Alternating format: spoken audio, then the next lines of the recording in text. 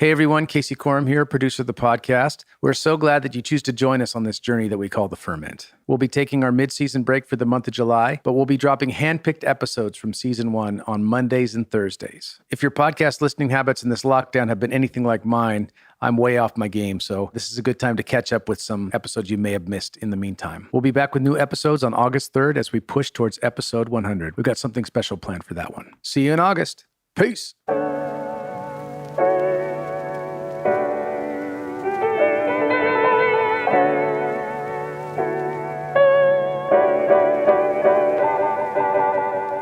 But yeah, so I start listening to Dylan and I just couldn't believe it. And I remember telling my buddy, I'm going to write a song about Mars and I'm going to write it like Bob Dylan. I wanted it to be layered. I wanted it to be about multiple things at once. When I'm hearing you say I'm going to write a song about Mars like Dylan and it's going to be layered. Okay, so it's going to be about the planet, it's going to be about space, and it's going to be about what? Like the Greek god? The Greek god, the god of war, the war. Nature of man to make war, and the apocalypse. So I buried all that stuff in there. Yeah, so Dylan woke up the bug to write a specific way. Yeah, it made me aware. Songs can be about something that are heavy and valuable.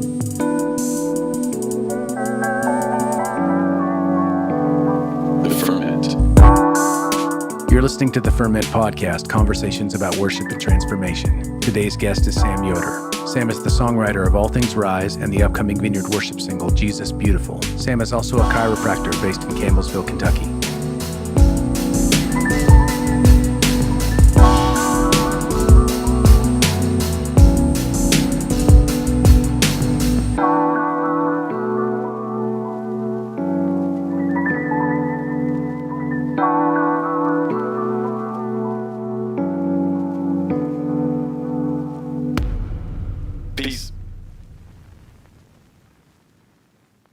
This episode is brought to you by our friends at worshipteam.com. Worshipteam.com comes preloaded with over 12,000 songs, with new songs being added all the time. Hillsong, Bethel, Vineyard, Six Steps, Jesus Culture, just to name a few. Service building with Worship Team is a snap, and all the songs are completely legal and licensed. You can also find them on social media, Facebook at worshipteam.com, Twitter at worshipteam, Instagram at worshipteam_WT. Visit them at worshipteam.com for a free trial today. Complete worship planning with thousands of songs, easy interface, mobile apps, and legal rights for your church.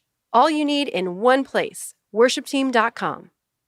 All right, everybody, I am super excited because one of my very good friends is here. And I feel like I say that every episode. You do. I do. But the good news is this one's super true because I'm here with my good friend, Sam Yoder. Sam and I have been friends for 20 years, maybe a little longer. A little longer. Mm-hmm. Yeah, we met in college, didn't we? I think 96 or 7, yeah. That's amazing. I still remember when Eric and I ran into you. Yeah? At the university. I think you and I had a class. We did. We had a Bible class. Yeah, and I got to know you, and you were instantly super interesting to me. And then I told Eric, I'm like, you got to meet this guy, Sam Yoder. And the three of us started hanging out, and we've been buds ever since. We have. That's so good. Well, hey, here's what I want to do, Sammy. I know that you're my friend, and you're clearly someone who's been, instrumental in my life. And you're a songwriter, and you're a dad, and you're a chiropractor, and you're a musician and an artist, and all these things. And I think a lot of people know some of that, but I want to do what we always do on this podcast, which is just do some personal history. Sure. So I guess the first thing we need to do is just start with your last name. Yoder.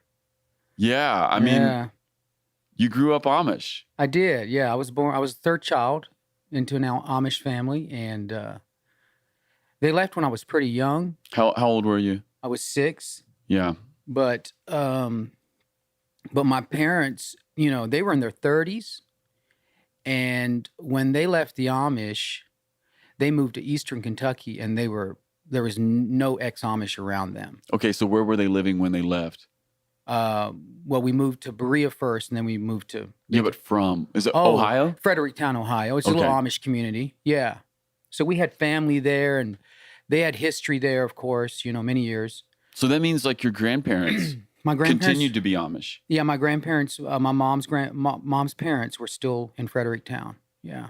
Okay, so when you left at the age of 6, is that old enough that you have like really distinct memories? Yeah. Oh yeah, totally. Tons of memories. Yeah, it was. Okay. It was like going from black and white to color, or vice versa, I guess, depending on how you look at it. Yeah, how did was that so feel stark. to you, like emotionally? Because I can Well, imagine you that's know, massive. Interesting. I remember being very young, so young that my eyes weren't above the table, Okay. and my mom was making bread. Yeah. And I said, and I knew the answer to this question, so they'd already taught me, I guess. I said, "What happens if we leave the Amish?" And she stopped and looked down at me and said, "We go to hell." Dang. Yeah. So when we were leaving the Amish, I remember having that question, like, I thought we were going to hell if we leave. Wow. So yeah, it was a huge change. And then, So are you saying, okay, you tell that story. Does that mean that there's anxiety when you're, as a kid, oh, I thought we were going to hell? well, there was a little bit, but as a kid, you trust your parents, and then, of course I would have conversations with my older brothers, and they were the more likely the ones to comfort with that sort of thing, because I had 2 older brothers, and they were like, "Oh no, we were wrong. Now we know the truth." That's right. Okay, so what was the truth that your mom and dad woke up to that caused them to leave the Amish? Well, we were Old Order Amish, which is as conservative as you can get. There are a lot of Amish out there who are more open, Yeah.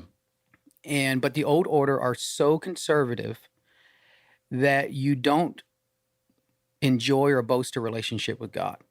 You close your eyes and hope for the best. Okay. So So no assurance. none. You're just living in mystery and in some degree darkness, even though they're really good people, and I think a lot of them know the Lord. Yeah.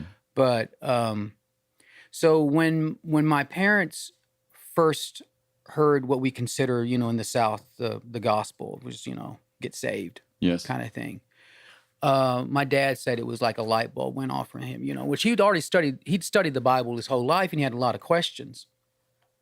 And, he'd met a lot of modern people who loved Jesus, and his dad, my grandpa, was a big questioner.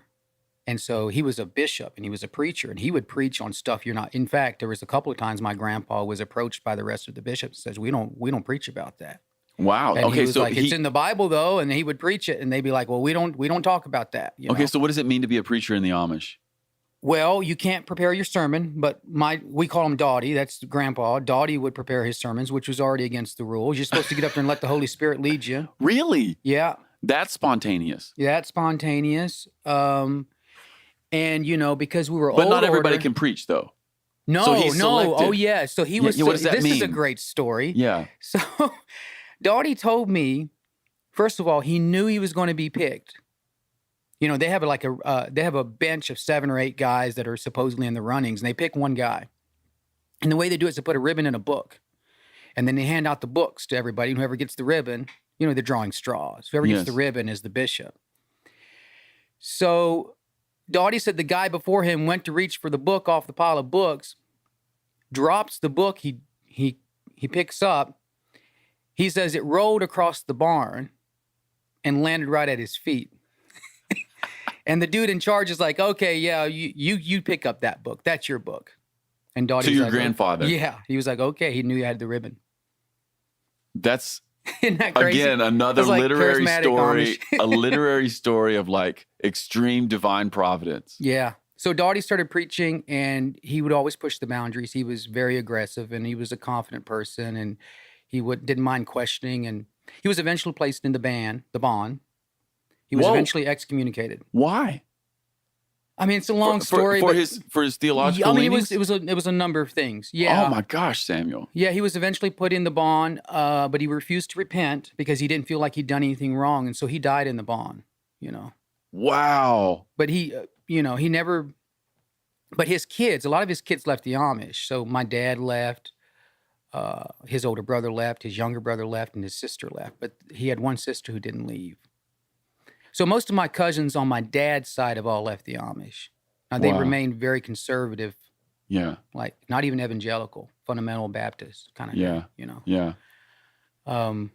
Well, so this is just sort of the backdrop that you grew up in. Mm-hmm. Okay, so what was your home life like when you grew up? So your mom and dad are leaving for Jesus, so there's something extremely devout, right? Yeah. Oh, absolutely. Like church every Sunday morning, Sunday night, Wednesday night. Did you like church?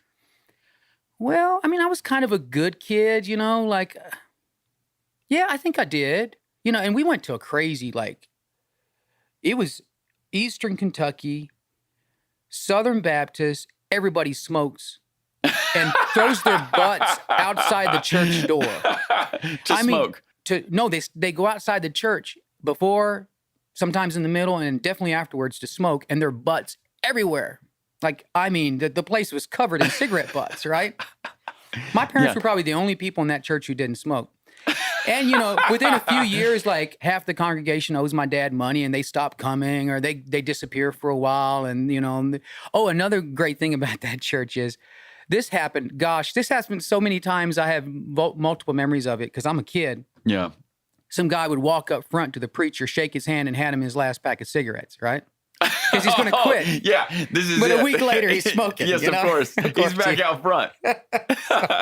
Yeah. But that was like, so I grew up with that. But, what's funny is like, we were really different, as a family, just because of our background. And my parents are still really different. They still have like, they do well, but they've never been like belly laugh with non-ex-Amish people. Like, if I want to see my parents the most comfortable that they'll ever be, you get them around the ex-Amish. People like themselves. Yeah. And then it's like, I can just see them just relax, like they're just floating in a pool of warm water, and there's a comfort level there. They're on soul vacation. Mm-hmm. Yeah. Culture is strange like that, isn't it? Well, in the Amish culture, you've got an unwritten language, which is oral tradition, and then you have a religion, which is its own sect, and then you have a way of life that is literally a century or 2 centuries old. Yeah. Right? And then each church has its own unit. So churches move in units, or they think and feel in units. So, Bruce Springsteen's song, "We Take Care of Our Own," which is kind of sarcastic, tongue-in-cheek. But the Amish actually do. They actually take care of their own. So there's nobody in the Amish who suffers from, medical bills they can't pay. They take care of their old. Nobody's on welfare, and nobody's on disability, and nobody is on Medicare, because the Amish take care of all that. In fact, the Amish got an exemption from the U.S. government for those specific things, because they promised the U.S. government, don't tax us, we're going to take care of our own. And they do.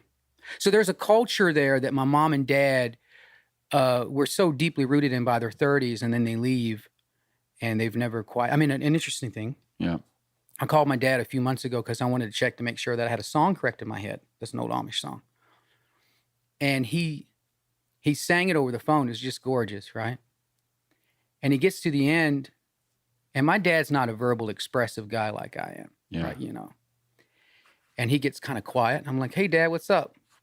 He's like, "Well, I just, that song makes me feel," and he kind of stops. I'm like, "What does it make you feel, Dad?"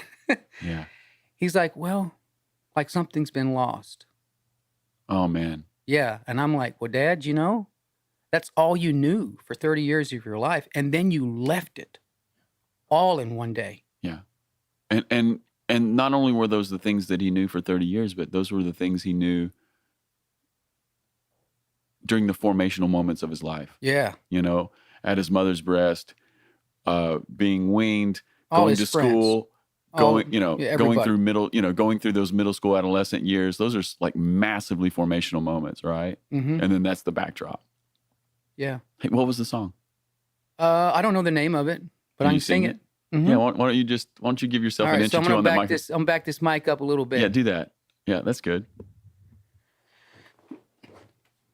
Lay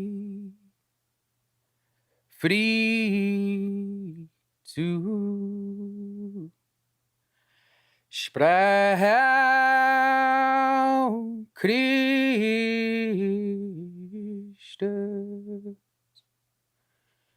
der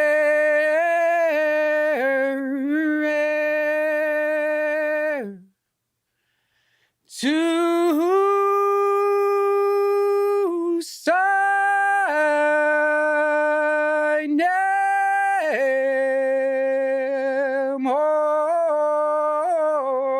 ser corbe.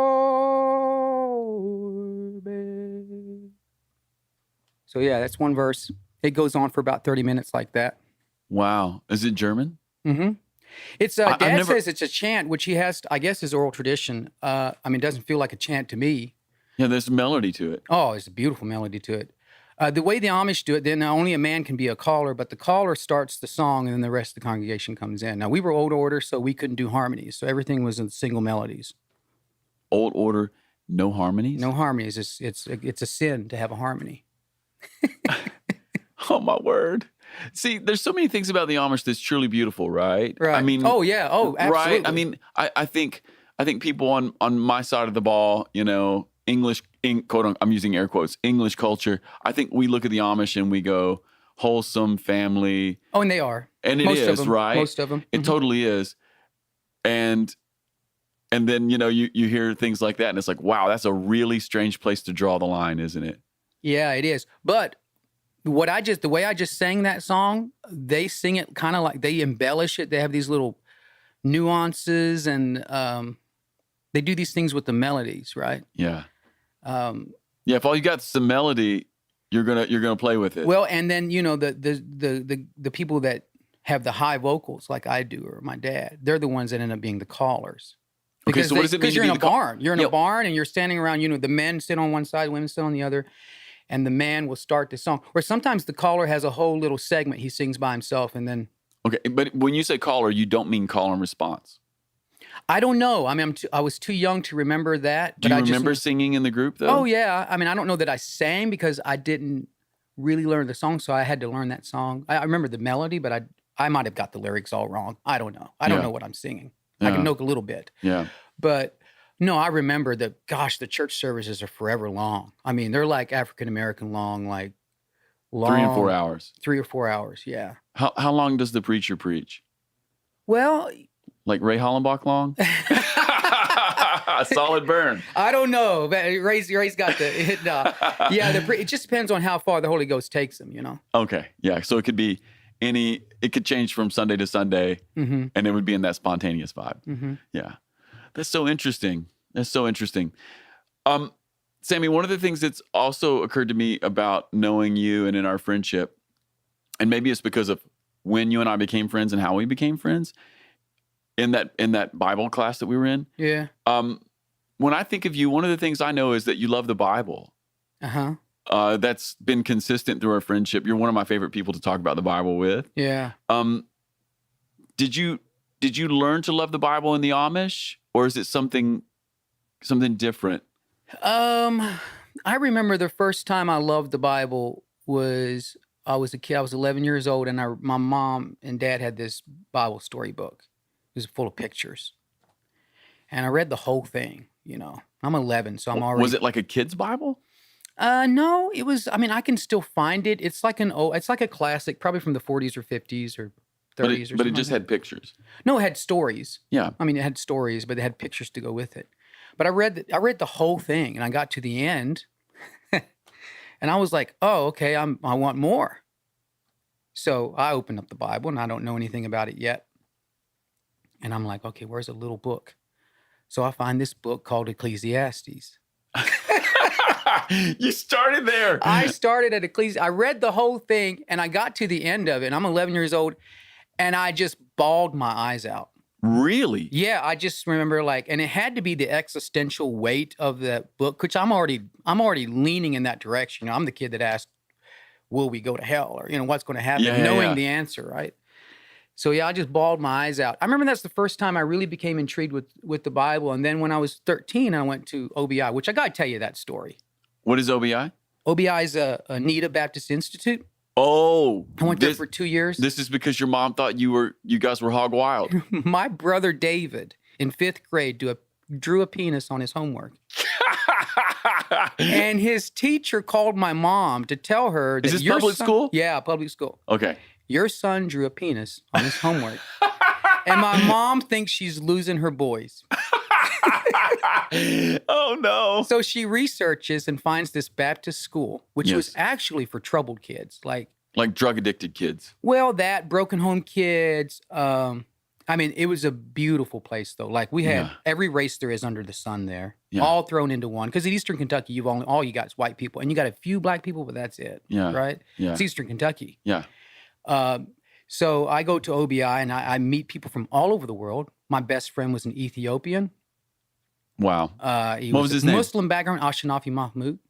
But he Muslim background, dark-skinned, Ethiopian. We were best friends for 2 years. First person I ever told I love you outside of my mom. Really? Was Ashu. Yeah. Oh, that's We had beautiful. such a beautiful friendship. But my brother's best friend was a First Nations Navajo descendant, you know. Yeah. My brother dated an Ethiopian while he was there. And so we met people from all over the world. We met people from the inner city. Amazing. Yeah, it was an incredible experience. And one more point I'll make about that. At OBI, you had just a whole slew of people who had experienced nothing but rejection their whole life, right? Yeah. Because they were either really unique or talented or different. And we had been very different. You know, we were the family that if you drew a penis on your homework, you're going to be sent off to school. You know? Set off to boarding school. Yeah, so that was the first time in my life that I just felt like I fit in.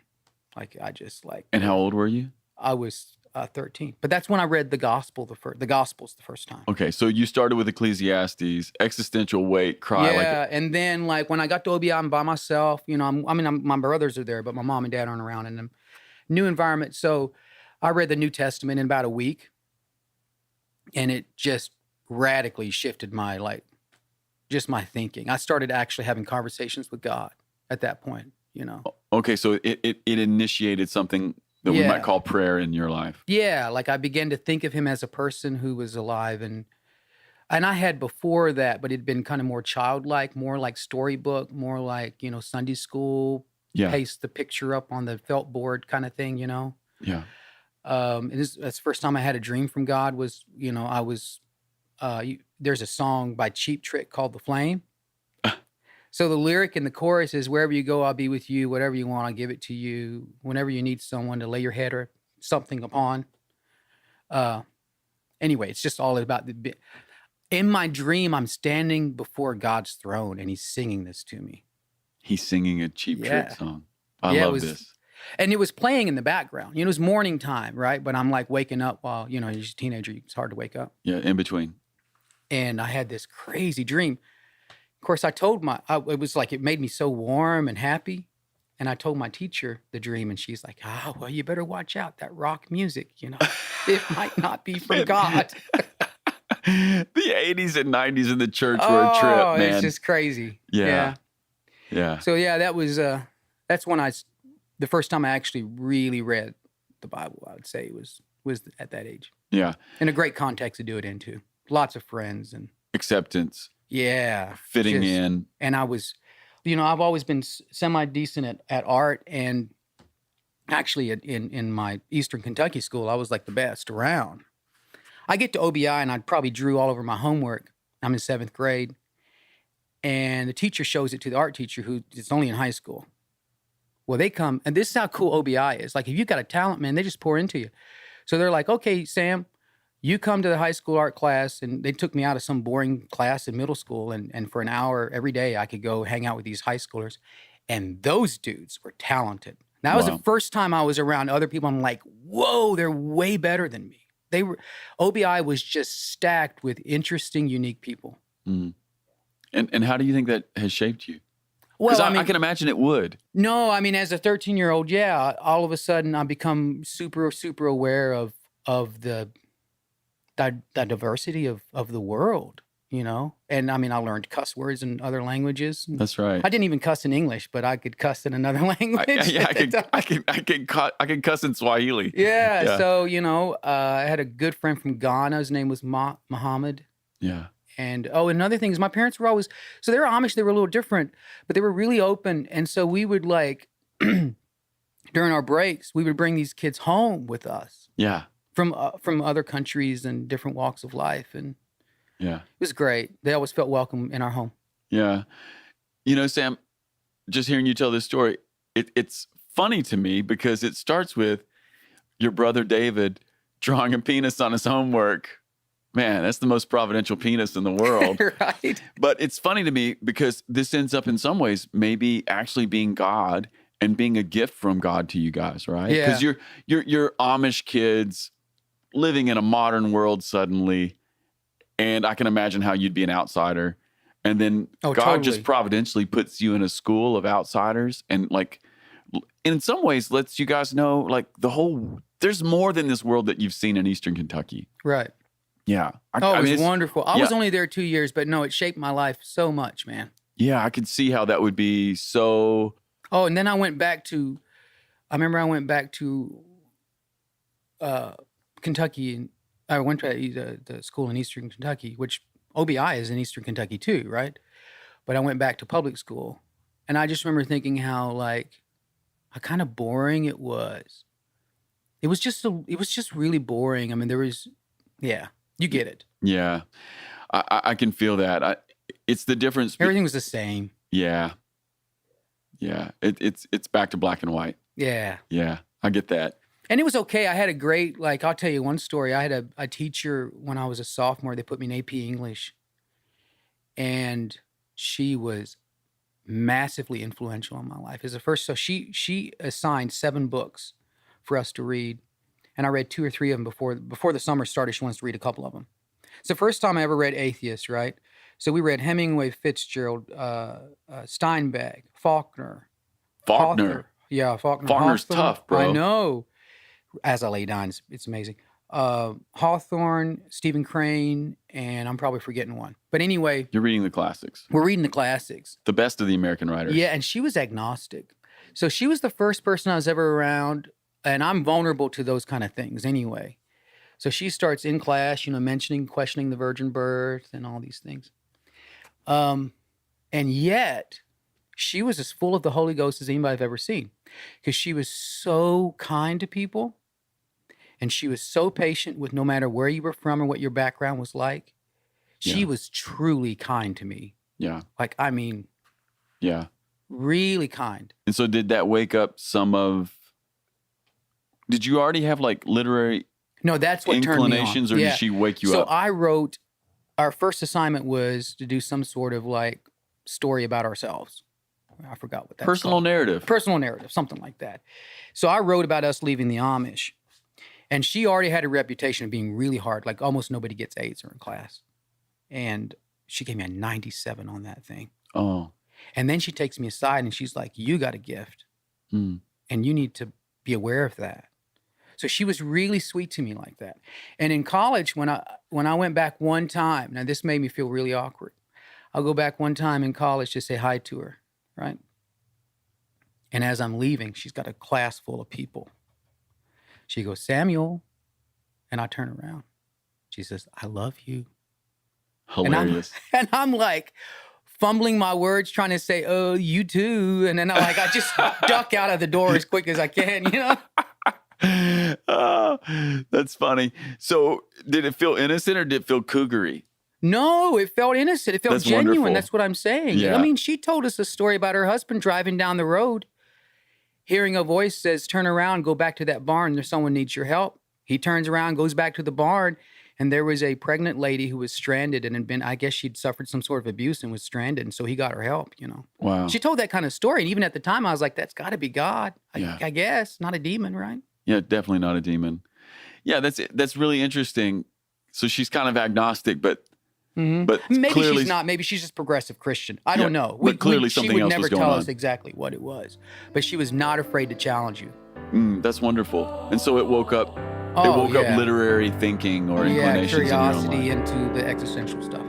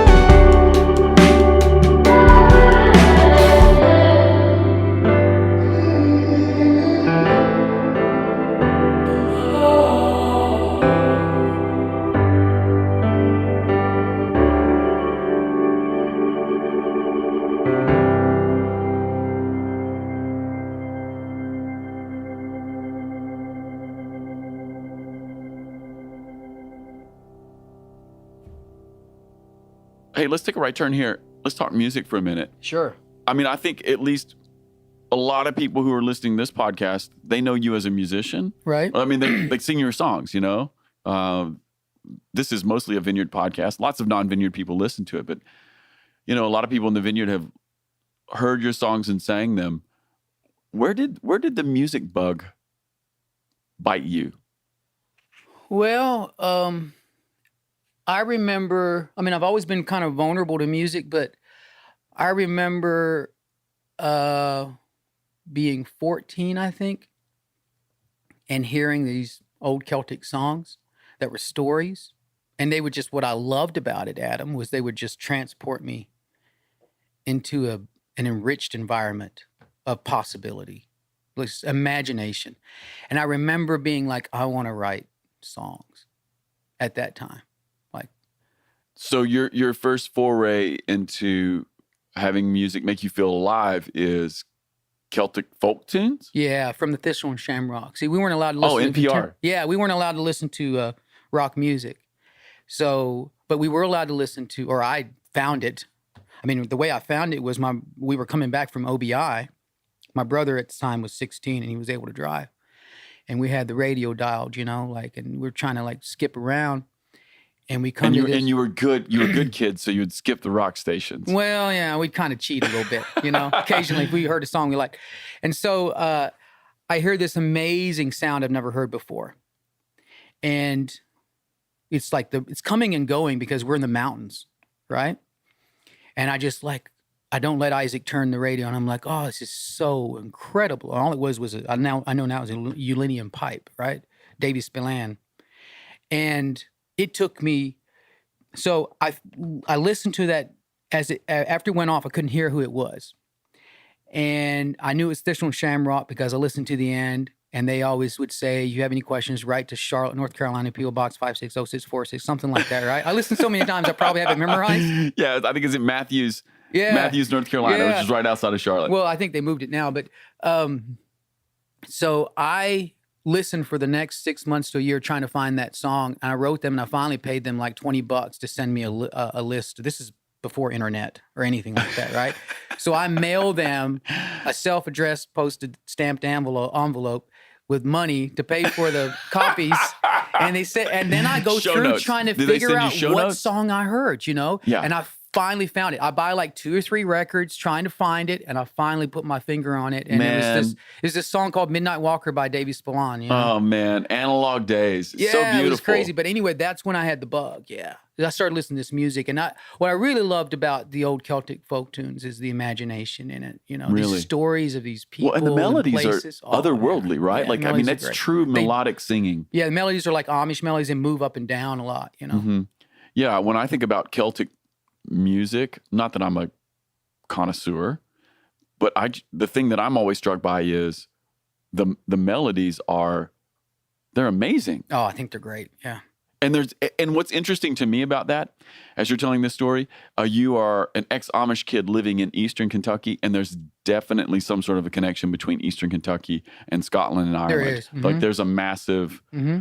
The music is similar. Their roots. Yeah, the Appalachian music is definitely Celtic, and then of course it has the African influence as well from the slaves. Like banjo. Yeah, the banjo and even the African. A lot of the old tunes, I'm pretty sure, were written by slaves. I mean, so we can trace some of the old tunes, and I love old tunes. You know that. Yes. We can trace a lot of our old tunes to Ireland and Scotland, Yes. right? But then there's quite a few that we can trace to the Appalachia and the Deep South. And at that point, we lose the origins. We don't know if they came from the slaves or if they came from, the poor whites. But they definitely came from one of the two, and a lot of times probably from both. And the thing that I love about I could talk for days about the old tunes. So the old tunes have this it's like evolution where, somebody starts a song and they get something that's working, right? Just like in an evolutionary species, something's going to help survive the thing. And as it gets passed from generation to generation, new ears hear it and they tweak it and they tweak it and tweak it. And then of course, in different regions, you have the same tune, but it's tweaked differently. So you have different lyrics, maybe that is with one expression and different lyrics with a different expression. But after a period of time, after generations of this, you end up with these tunes that have been Highly curated. Highly curated. They're so awesome, right? You hear them They're and true. they feel so spot on. Yeah. So the melodies have been curated, they've been vetted. The lyrics have been vetted. Of course, a lot of the lyrics of these old tunes, they borrow from one another. Yeah, and there's so you have these themes that show up from there's like a literary story motif that you're taking There's a motif, from. just like you were if you were, using the Bible. Yeah. And so, there's like the lily white, you can hear the lily white in so many of these songs. So there's a lily white dress, a lily white heart, lily white skin, lily white, whatever. And then, there's Willie the murderer. Yeah, he kills everybody, right? Willie's always the bad guy. Yeah, and I have to say, I'm pretty proud of myself on that one because I kind of discovered that just by listening to this. Because that's not necessarily common tongue. So there's this character, there's these murder ballads. Yes, but Southern Gothic murder ballads is a thing. But in most of them, by far and away, the murderer is named Willie. And so, of course, I've written at least one tune with Willie as the murderer. Yeah. Don't you have a tune called Killin' Willie? No, Matt Despain and I have talked about writing it, but we never have. So when we play together, a brilliant we call idea, ourselves though, right? Killin' Willie. Yeah. Yeah, got it. Okay. Yeah, we've not written it yet. But so I like these old tunes. Well, what's interesting to me as well, especially as it relates to even your personal story, that you respond to what we might call old tunes, which are Appalachian tunes that have an origin that is highly uncertain. Definitely comes from slave music and poor white music, right? So there's that. Then there's also this story that you've already told where you're having your heart come alive with traditional Irish folk tunes, right? And sort of one way of seeing your own story, or one way I'm hearing it, is there's this nexus point, which is your time at OBI, which is where like you're this white kid who's in Eastern Kentucky who's meeting all these African kids and kids from around the world. And so there's this sense in which it was maybe awakened, or that's how I'm hearing it. Something was awakened to you in terms of other cultures and nations, and then Irish tunes and Appalachian tunes, and you're just sort of like wide open. Well, and I think Eric and I have talked about this. I think immigrants tend to experience what you're talking about because they have their foot in a culture that they know really well, and they have their foot in a culture that they know as long as they're kids. Now, if you're an adult immigrant, it's really hard. I know from watching my parents, it's really hard to assimilate, and you always feel most at home when you're around your people. But for the kids, like Ted Kim and I have talked about this, you have your foot in one culture, and you know that culture just as well as the other one, but you have your foot in both cultures. And so because I think you're in the divide, I think it probably expands your left-right brain thing, and you're probably just more... I can totally see that. More curious just by nature, probably, or more open to different ways of thinking, maybe. And I'm not trying to say that we all need to go out and be immigrants. I'm not saying that. No. I'm just saying I think there's something built into it. Yeah, well, clearly being an immigrant is a struggle at a certain level, and clearly it forces people at times into, difficult situations, but there's also a gift inside of it, and that's what I hear. Yeah. So music-wise, that's, you know me, I've written a few worship tunes, but my heart really bleeds towards the artist expression of whatever's out there. Yeah. That's what I really love. I know it. And I know that you've written so many songs. When did you start writing? Well, I started when I told my mom, I was like, I want to write music, and I was about 14. So I started on the piano just playing around and taught myself how to figure out chords and melodies. And then I started putting lyrics, and they were horrible lyrics. I mean, because the thing is, you got to remember my influence is either old hymns, which are great lyrics, but they're a singular genre, right? It's one way of thinking about the world. And then the Celtic music, right? Which is still a singular genre. It's one way of thinking about the world. So I didn't have any Dylan tunes in my head. I didn't have Bruce Springsteen and these incredible lyricists rolling around in my head, right? So when I start out, but finally penning lyrics at 16, 17 years old, they're mostly pretty bad. I mean, I turned a few that were pretty good even by 19 or 20, some lyrics that I'm still like, that's not actually not that bad. Yeah. But for the most part, it was pretty bad. And what were you writing about? Were you writing hymns, or were you just writing No, yeah, I wrote a little bit like that. Or were you writing life songs in a Celtic style? Yeah, just like that. Yeah. Kind of just whatever. And then when I was in my 20s, because I was really religious, I would just take these Bible passages and put them to tunes. You know, and I've always been good at rhyming, so I could figure out how to rhyme, and I would do that.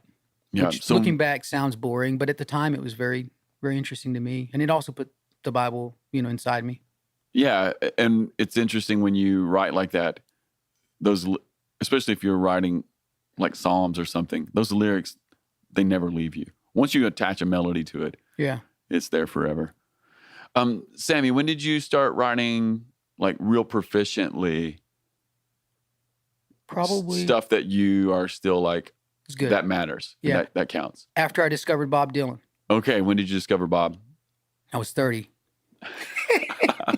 Yeah. It's pretty bad. Yeah. I was 30 years old. So, my wife and I, we moved to Kansas City. I'd heard a Dylan tune here or there, of course, but I You just didn't realize exactly what it was. Never really listened, Yeah. And we go to a movie, and I watched the trailer for "I'm Still Here" or whatever that's called, the Dylan film. Yeah, Don't there's Look several. Back, no, it's the one that has No Direction Home? Charlotte, no, whatever. Yeah, it has the actress playing him, Yeah. whatever her name is. I can't remember her that. Is name. that No Direction Home? Maybe no, that's Is that the documentary? yeah, that's a documentary. Okay. It's a dramatized one. Yeah, I know the one you're talking about. Okay. Yeah. So I see that, and I'm just like, dang, what is this? So I go home and I just fall into a Dylan. For a year. I listened to What nothing record? but Dylan. What record Oh, caught I you? started early. Man, early Dylan blows my mind. It's and my you and favorite. You and I have been talking about it lately. I go in Dylan seasons, Mm-hmm. and I've been out of one for a while, and I'm kind of back into one for about 3 months now, and I've been listening to really early Dylan, those first couple records, like Free Will and Bob Dylan. Yeah. Like, Can't okay, believe so he's 20 years old, 21 years old. okay, that's what I was about to mention. Insane. It's insane. you and I have a mutual friend, Eric. Yeah. Eric and I were talking about it the other day. Dylan is writing these. He's 20. These songs are like, Oh, they're like apocalypse. I know. It's And insane. this is the early he 60s. had the Holy Ghost. I've heard someone else say, yeah, he had the Holy Ghost is why he did that, It's phenomenal. He clearly can't know really. He can't really understand what he's writing. Or that's my opinion. No, what do you but think? he's so well read. He consumed literature nonstop, right? And he had a near photographic memory, and of course he's super creative. And I think he's an 8 on the Enneagram. I think he's You just think he's a an hard 8? charger. You Absolutely. think he's not a 4? No, he's not at all a 4. I've heard people say he's bull crap. He's not a 4. If you look at his lyrics, they're always confrontational. They're apocalyptic. Yeah. He was so confident as a young man. 4s are insecure, man. They're self-aware and they're way too, And Dylan never really had to like drink himself into a stupor phase either. No, I mean, he did some drugs, but that was Sure. just try to stay awake. That's 60. So like I start listening to Dylan and I just couldn't believe it. And I remember telling my buddy, Luke, Luke. Luke Dealing, Yeah, I'm like, our South Luke, African friend. I'm going to write a song about Mars and I'm going to write it like Bob Dylan.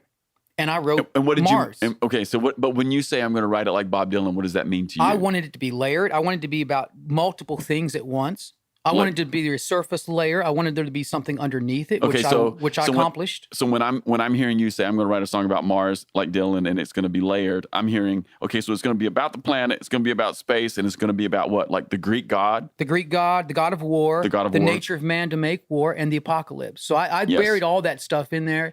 And then I also made sure I had these rhyme schemes. And another thing I noticed about Dylan is he'll rhyme 2 or 3 syllables in a row, right? Yeah. It's easy to rhyme 1 syllable. Yeah. But you can start rhyming 2 and then you start rhyming 3. So I did that. I started rhyming. And then I used all sorts of internal rhymes, which I learned my internal rhymes probably from Robert Burns, because listen to old Celtic music. Robert Burns was the master of internal rhymes. This is from like the 1600s, 1700s. This guy's songs are still around. Well, and there's nothing more pleasing to sing than an internal rhyme. Oh, it falls when you off the hit tongue. it in the middle, it's like, isn't it funny how it makes your insides feel happy? Oh, It's like, whoa, that was really fun. And most of the time you're passive to it. You don't know why. But Yeah, you're like, wow, that was great. What was that? Yeah. So Dylan woke up the bug to write a specific way. Yeah, it made me aware. It just made me more aware of like, dude, songs can be about something that are heavy and valuable, You know what I mean? Which I kind of already knew that. Like Dylan's song With God on Our Side. Oh, yeah. I mean, okay, listen, if you're listening to this podcast and you really don't know Dylan that much, you should listen to the song With God on Our Side and realize he wrote that really early in a tumultuous time. And like, he's telling hard truth. This goes to your Enneagram 8 thing. Yeah. Like, this song is flipping hard, man. Yeah, and it's true, though. Yeah. It's a song about what? Like religious zealotry and how confident we get when we think God's with us and we end up becoming the opposite of God. Yeah. It's amazing. Mm-hmm. Yeah. So you wrote Mars. Mm-hmm. What else did you start writing? Well, then I write some good songs, man. Yeah. I start writing some good songs. I started I was also in Kansas City and I'm going through chiropractic school, which is incredibly stimulating for my brain, you know. I'm learning basically a new language, so I'm exercising my brain nonstop. And I've always loved space, which we don't have time to get into Carl Sagan, but, you know, that was a major life change for me when I read Carl Sagan's Pale Blue Dot. I was in my mid-20s or early 20s. And so, you know, I think that's when I started dreaming about writing a space record. Yeah. You know, and I already had Mars, and I think Mars was the first song I wrote that made it on the record. Okay. And I know you've completed... 2008, by the way. That's an old song now for me. Okay. So you've completed that record now. Mm-hmm. Actually, Diamond was written earlier than that, but yeah. Really? Okay. Mm-hmm. Diamond I wrote in 2002 or 3. Really? Yeah. Okay, but amazing. But it's got a new chorus, though. The original chorus was slop. Yeah. So you are hearing Dylan, and you're going to chiropractic college. You're already a musician. You're live to that. You've been influenced by Thistle and Shamrock and things like that. And you're writing space songs. Why are you writing space songs? Well, I love Sammy, space. That's crazy. What are you doing? Space. I love it so much. Okay. So why do you love space? I mean, if we have time, I got to say a thing or two. Oh, man, we're good. We're good. We're good. I got to say a thing or two about Carl Sagan, right? Yeah. So this is important, at least to me. Yes. And I don't want to throw people out. No, you're not going to throw anybody out. This is personal narrative. So, you know, ex-Amish, whatever, I was at a bookstore with Eric Hirchin, and I pull out this book on space. And I'd already been to a planetarium once in my life, and that was when I knew I was in love with space. I pull out this book with a picture of space, and I don't even know what Carl Sagan is. So I buy the book for like $5 or $10, and it's called Pale Blue Dot. And I read the book, and I get to the end, and now Carl Sagan is an atheist. And this time I didn't even believe in evolution, right? So it's stretchy, but he was so poetic. He was so beautiful. He was so compelling. I couldn't stop reading it. Yeah. Right? I'm like, I disagree with this guy on about everything, but oh my God, this is so beautiful. So I keep reading it, and he has this vision for the future of humanity, right? Which is that we are made for greatness. Now, he wouldn't say made, but he would say that we have evolved for greatness, right? Yeah. And that the entire cosmos is awaiting us. The mysteries of the cosmos are awaiting, right? Yeah. And this just I just can't stop. Yeah, the Earth is a little launch point. It's a launch point, right? And I realized for the first time in my life, quietly, because I didn't say it out loud, that I had encountered a story of humanity's future that I felt was more beautiful than the one I'd been told in church. And what was the one that you felt that you had received at church? Well, you know, go to heaven when you die and sing hymns the rest of eternity. Yeah, be bored. Yeah. And it was just like, wait, you know, is it possible that the cosmos is waiting for us to terraform and to bring beauty to it and bring order? And, you know, because we got these desolate planets that, at least around us, that we know are just desolate. So anyway, that changed my life. And that's why, you know, I start writing space stuff. And it's okay, we talk about the Fermi Paradox for a second. I love it. Yeah. What is the... So what is the Fermi Paradox? Yeah. My favorite paradox there is. See, now I'm laying back because I just need a beer and I'm good. Yeah, this is good. Let's go there. So Enrico Fermi was certainly not the first person to think about this, but he made it popular because he was a very intelligent scientist, and he elevated the narrative, right, so that people would take it serious, which is basically the question, where are they? Now, on its face, that doesn't look like such a profound... Meaning extraterrestrial life. Yes. On its face, it doesn't look so profound, but when you start doing the maths, right, so, you know, the universe has been around 14 billion years. Stars first formed around 12 billion or more, 12.5. Planets start forming around about 10 billion years ago, right? So we've got 10 billion years, right, of potential life, right?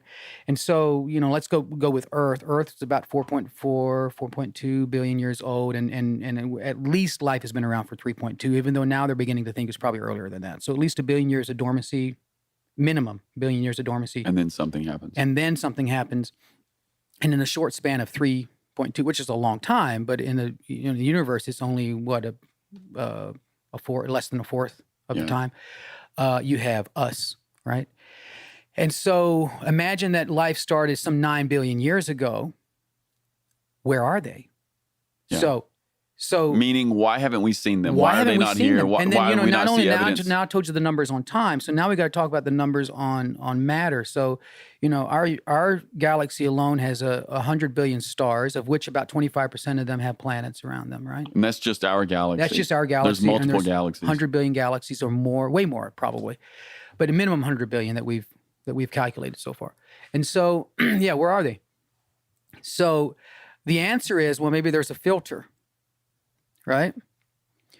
Maybe the filter is all the way back to life. Maybe life is so freaking rare that we're it.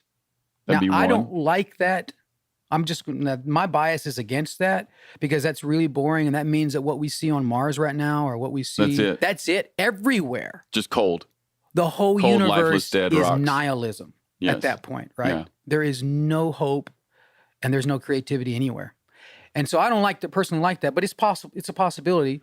But, but the filter could also be that once life gets so advanced that they destroy themselves, right? Yeah, I've heard about this. They call it the sieve. Yeah, so right? You could imagine the dude that goes into the mosque in New Zealand, right? What if he'd had a nuke? Sure. All we need is one crazy person with a big enough nuke. Yes. And we're all done for. Yeah.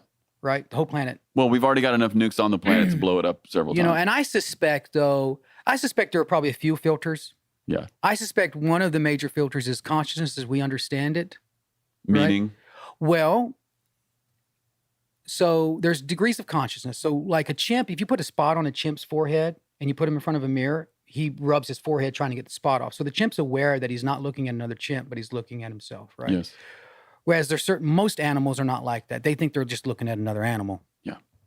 And so there's a degree of consciousness there, but not to the degree that we enjoy consciousness, which is we are aware of our own death and we prepare for it. Oh, yeah, we're aware of the future. We are vulnerable to music and art. Yes.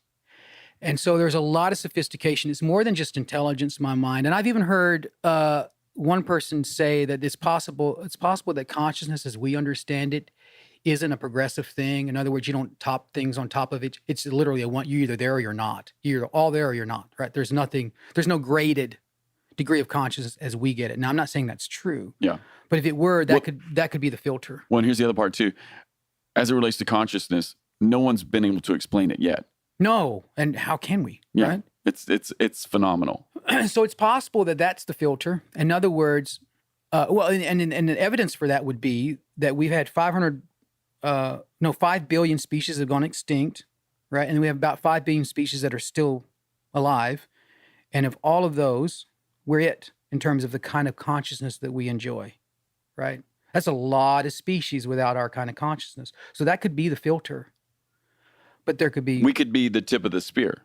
Mm-hmm. Then I've heard the argument like this, and I hope I'm not boring your No, you're not. This non-scientific is fun because I think it relates to who you are and even the record you're making. Yeah, and so I've heard an argument say that, well, what happens is once a species gets so advanced, what they do is they just go online, man. They say, forget the biological. I'm uploading my brain, and I'm going online. But I don't buy that because I think the very sort of genetics that it would take to get to a place where you are. Yeah, it would be hard to deny it, right? You can't just be like, I'm going to give up danger and I'm going to give up risk in order to be safe and play video games all day. I mean, Sure. Otherwise we'd all be doing it. Sure. And that said, though, a lot of people are doing it. Yeah, but it's not sustainable. But I mean, the thing is, it doesn't make you happy though. Right? So what comes along with that stuff is depression and all sorts of other things. Like it's not sustainable even even if it were biologically sustainable, it's not, psychologically sustainable. And so one of my songs on the record addresses that thing. It's called We'll Fly Away, So it basically says, or what I tried to say in that song was, we're going to fly away from escapism. Yeah. And fly into space, more or less.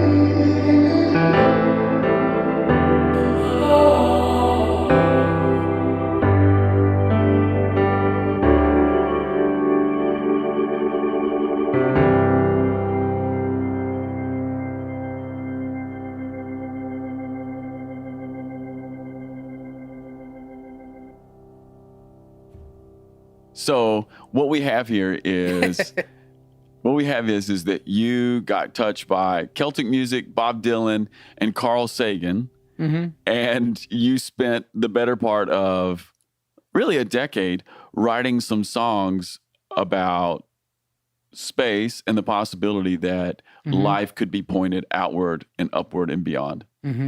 And Sammy, I know you so well, that seems perfectly normal. And when a lot of people listen to the podcast, they're like, this is bananas. It's a little bit bananas. What would you say to people who are like, that is, I've never heard of anyone who thinks like this? Well, they're out there. That's I hope right. they are. No, they won't like my record if they No, they are. I just think it's such a unique perspective. Yeah. I do like the idea that whatever the cosmos is, that there's some sort of an invitation in it. I think there is, man. I do. Yeah, there's an invitation. There is. We've been wanderers. Humans have been wanderers from the beginning. I tweeted this a while back, but in response to Andy Squires. But this is the crazy thing about humanity. I mean, this is like, we've already done some amazing stuff. Let's try to do this again, and it would happen. So before we invented anything more sophisticated than canoes, we populated the globe. Yeah. And like everywhere except for Antarctica, man. We had our cousins living everywhere. That means that some of our cousins jumped in canoes and went out to the islands. Yeah. I mean, it's just there's our desire to explore and danger. Our desire for the real possibilities of risk and reward. We can't get away from it. Well, it's like, did you watch that Alex Honnold documentary, Free Solo? The guy who free soloed El Capitan with no ropes? No, I didn't. I need to. Oh my gosh, Sammy, you're going to freak out. Okay, so there's this climber. His name is Alex Honnold. It's a doc that came out, I don't know, a few months ago. It's called Free Solo, El Cap in Yosemite. I think it's 30-some hundred feet of granite straight up. He climbs the thing with no ropes, that's a microscopic picture of what we're talking about. It's like the human capacity to explore, to do something no one else has done, to go someplace that no one else has gone. We need to do it. We need to do something no one's done before. Well, I'm glad we're talking about this, because as a pastor, one of the things that I've thought about a lot for the last 5 to 10 years is we now live in a world where there is no frontier. So I wrote a bunch of frontier songs. Right. Because I had a weird dream. And we won't talk about that now. We'll talk about it some other time. But I realized several years ago there is no frontier, and that one possibility for what seems like the explosion of depression and malaise. Maybe that. That hits everyone, but especially hits men. And if some of the listeners think that's sexist, well, then I'm sorry. I just see it a lot in my pastoral work. Like men are bored. Well, I think the suicide rate for men has skyrocketed the last few years. Well, the suicide rate for white men who are like 40 or 50 is through the roof, you know? And we can't say it's all this one thing. No, but it's not all one thing. But there is something that about our modern existence is like, where is the frontier now? Well, it's in space. And Yeah, the that's question is, definitely one of the places. yeah, and it's in the imagination too, you know, which is like my record was exploring psychologically or mentally exploring new territory for me, you know. And man, when I sang my last lyric, Yeah. I went upstairs, I hang out with John, we drink a beer, John Class, my producer. He leaves and I'm by myself at home because my kids, and because I got a studio at my house. My kids and my wife had been gone for the weekend. And I just about bawled my eyes out, man. Why? Like I hadn't been that sorrowful I don't know, dude. Why? Because the project was It over? was over and I was done discovering. It was just so sad, man. Well, listen, I have listened to your record several times, and the end is a gut punch. The And last song? Yeah, no, it's a gut Can punch. I tell you about that song for just a brief second? Please tell us. Because we got to go. So the last song on the record is one of my favorites. I wrote an opera, and I wrote a conversation between... Well, you kind of have to know about the first song. You do. So the first song is Born, right? Yes. It's about the Big Bang. It's not born as in you're giving birth. It's born as in you're being born, carried, Yes. like you bear a child, Yes. right? So we were born, we were carried in a surge of flame, right? And it's the question of consciousness and the question of purpose, right? Saying if all things started in a bold expansion of light and fire, what does that mean for the universe, right? And so the last song is Born 2, and it's kind of the opposite, right? So it's death, or it's a conversation between nihilism, which is the dead universe out there that perhaps has nothing in it. I hope it does, but it may not have anything, Adam. We might have Sure. just endless amounts of nothingness. And when I heard that song, I received it as like that nihilistic black hole universe is singing to life. Do whatever you want, I'm going to get you. Yep, that's it. Is that the song? That's it. So Okay. there's a conversation between nihilism and consciousness, and they're going back and forth. So nihilism says, one of the first lyrics is, "The road ahead descends without escape." I swallow you. Yeah. You can't do anything. I've got you. And when you're, not only that, when you're finally gone, when consciousness is finally dead, you might as well have never been here. Because at that point, it don't matter. Nothing matters, right? It's going to be just as if there never was. Just as if you were never born, right? If you think about before you were born, there was nothing. And so consciousness replies by saying, well, if this is all true, why the hell am I alive? Why am I thinking, right? Yeah. Where did this come from? Where did my ability to, right? Yeah, it And makes so no it sense. goes back and forth, and they kind of argue a little bit. But then the very last, I drew prayers from all over the world, from like every tradition. So I'm getting emotional here. It's amazing. And you can't hear them, but I sang them underneath the music. Yeah. As it dies. And so like the music and all that, it all just fades out. And I'm singing these prayers, man. Yeah. Amen. No, you feel it. It's in the record. Whatever you did, you captured it. Well, I hope so. It's great. Okay, so when is that record going to come out? Well, it was supposed to come out next month, but I built a new building.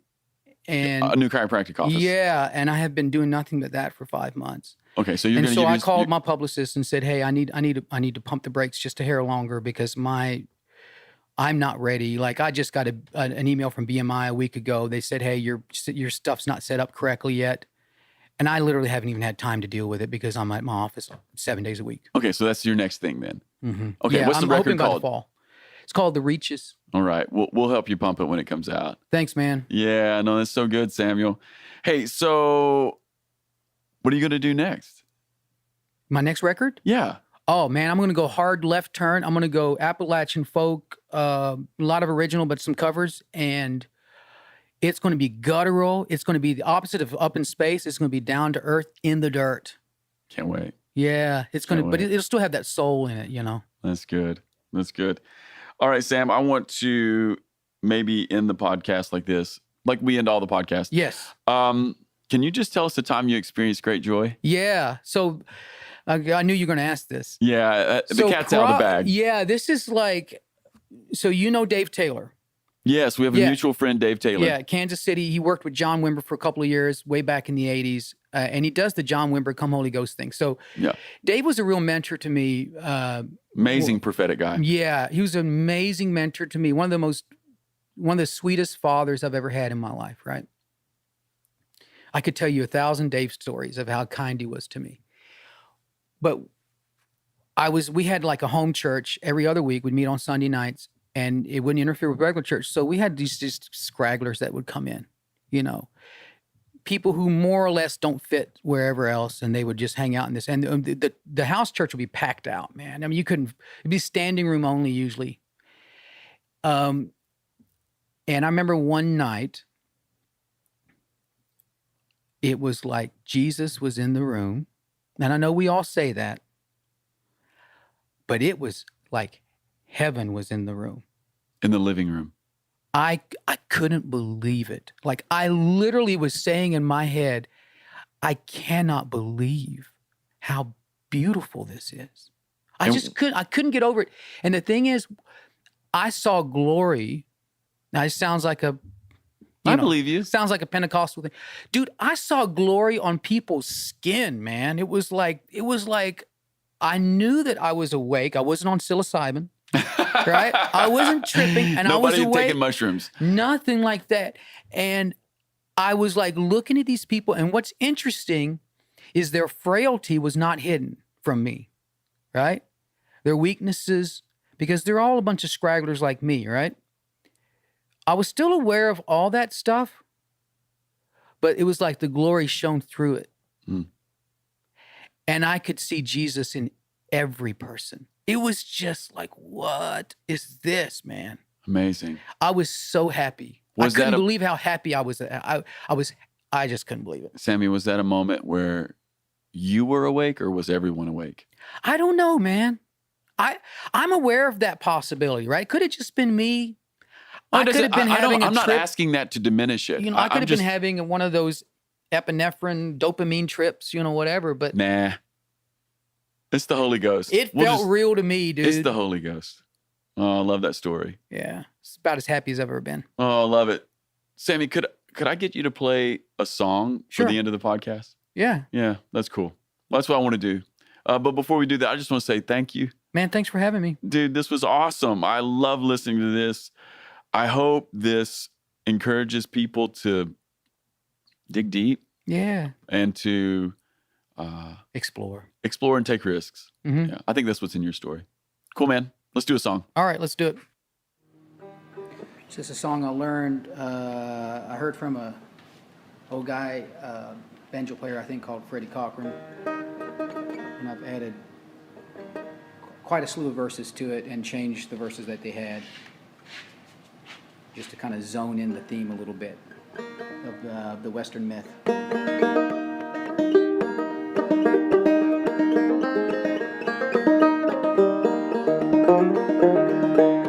I am the greatest sailor that ever rode the west. I got daisies in my pistol, I got bullets in my breast. As an orphan young and hungry, the Apache took me in.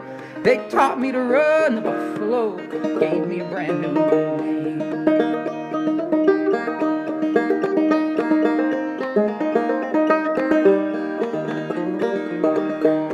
In 1843, I joined the immigrant band. We founded San Antonio, we dug the Rio Grande. In the dust of the Alamo, every enemy turned a friend. When I danced the flamenco and blazed across the sand.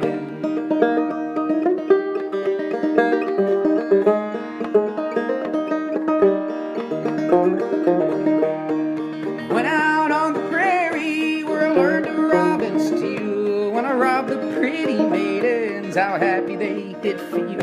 But the wildest and the prettiest, she chased and tracked me down, stripped me to my stockings, and she's my baby now.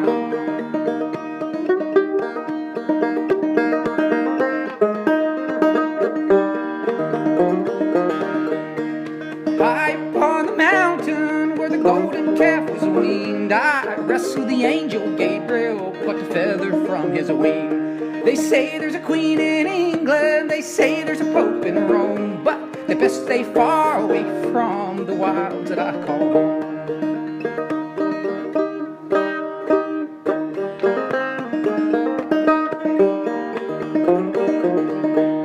I am the greatest sailor that ever rode the west. I got daisies in my pistol, I got bullets in my breast. At night you hear them wild wolves moaning, screaming now. Well, it just might be my baby, she's on the midnight prowl.